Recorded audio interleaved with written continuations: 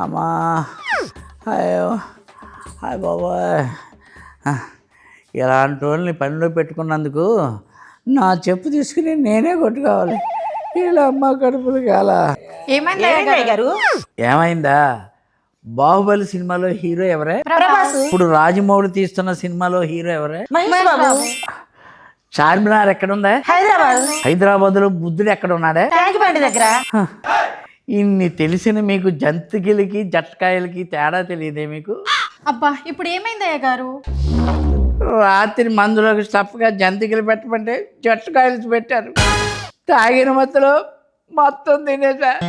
తెల్లార్లు